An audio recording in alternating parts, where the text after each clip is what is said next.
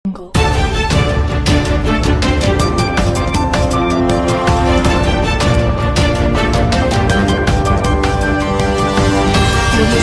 ବର୍ଷା ନେଇ ଚେତାବନୀ 2500 କିଲୋମିଟର ବ୍ୟାପୀ ମେଘ ଆବରଣ ଅନେକ ରାଜ୍ୟରେ ରେଡ୍ ଆଲର୍ଟ। ଦେଶର ବିଭିନ୍ନ ଅଞ୍ଚଳରେ ଗ୍ରୀଷ୍ମ ପ୍ରବାହ ଜାରି ଥିବାବେଳେ ପାଣିପାଗରେ ବଡ଼ ପରିବର୍ତ୍ତନର ସଂକେତ ମିଳିଛି। ଭାରତୀୟ ପାଣିପାଗ ବିଭାଗ IMD ଏବଂ ଆନ୍ତର୍ଜାତୀୟ ପାଣିପାଗ ସଂସ୍ଥାମାନଙ୍କ ପୂର୍ବାନୁମାନ ଅନୁଯାୟୀ ଆସନ୍ତା 15 ଦିନ ଧରି ଦେଶର ଅନେକ ରାଜ୍ୟରେ ବର୍ଷା, ଝଡ଼ ଓ ବଜ୍ରପାତର ପ୍ରଭାବ ଦେଖିବାକୁ ମିଳିପାରେ।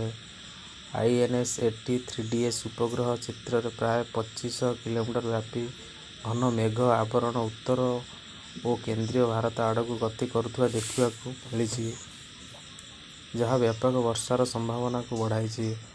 ପାଣିପାଗ ବିଭାଗ କହିଛି ଯେ ଦକ୍ଷିଣ ପଶ୍ଚିମ ମୌସୁମୀ ବାୟୁର ଅଗ୍ରଗତି ଧୀରେ ହୋଇଥିଲେ ମଧ୍ୟ ଆସନ୍ତା କିଛି ଦିନ ମଧ୍ୟରେ କେରଳ ଉପକୂଳରେ ପହଞ୍ଚିପାରେ।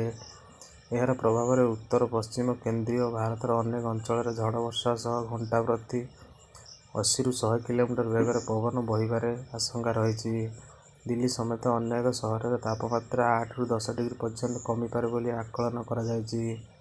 IMD ଅନୁଯାୟୀ ଜାମ୍ମୁ କାଶ୍ମୀର, ହିମାଚଳ ପ୍ରଦେଶ, ଉତ୍ତରପ୍ରଦେଶ, ପଞ୍ଜାବ, ହରିୟାଣା, ରାଜସ୍ଥାନ, ମଧ୍ୟପ୍ରଦେଶ, ବିହାର, ଛତିଶଗଡ଼, ଗୁଜରାଟ, ମହାରାଷ୍ଟ୍ର ଓ ଗୋଆ ସମେତ ଅନେକ ରାଜ୍ୟରେ ଜୁନ୍ 2 ତାରିଖ ପର୍ଯ୍ୟନ୍ତ ପ୍ରବଳ ବର୍ଷା, ବଜ୍ରପାତ ଏବଂ କେତେକ ସ୍ଥାନରେ ଶିଳାବୃଷ୍ଟି ହେବାର ସମ୍ଭାବନା ରହିଛି। ସ୍ଥାନୀୟ ପ୍ରଶାସନ ଏବଂ ପାଣିପାଗ ବିଭାଗ ପକ୍ଷରୁ ଲୋକଙ୍କୁ ସତର୍କ ରହିବା ସହ ଆବଶ୍ୟକ ନହେଲେ ଖରାପ ପାଗ ସମୟରେ ବାହାରକୁ ନ ଯିବା ପାଇଁ ପରାମର୍ଶ ଦିଆଯାଇଛି। ଆଗାମୀ 5 ଦିନ ପର୍ଯ୍ୟନ୍ତ ରାଜ୍ୟର ବିଭିନ୍ନ ସ୍ଥାନରେ କାଳବୈଶାଖୀ ସାଙ୍ଗକୁ ଝଡ଼ ବର୍ଷା ହେବ। ଏନେଇ ପାଣିପାଗ ବିଭାଗ ପକ୍ଷରୁ ଆକଳନ କରାଯାଇଛି। ଦିନରେ ପ୍ରବଳ ତାତି ସାଙ୍ଗକୁ ସନ୍ଧ୍ୟାରେ କାଳବୈଶାଖୀ ହେବାର ସମ୍ଭାବନା ରହିଛି। ଆଜି ପାଇଁ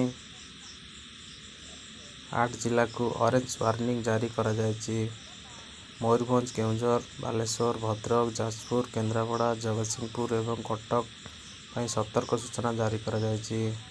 ସେହିପରି 16 ଜିଲ୍ଲାକୁ ୟେଲୋ ୱାର୍ଣ୍ଣିଂ ଜାରି ହୋଇଛି। ସୁନ୍ଦରଗଡ଼, ଦେବଗଡ଼, ବୌଦ୍ଧ, କଳାହାଣ୍ଡି, ଅନୁଗୁଳ, ଢେଙ୍କାନାଳ, ପୁରୀ,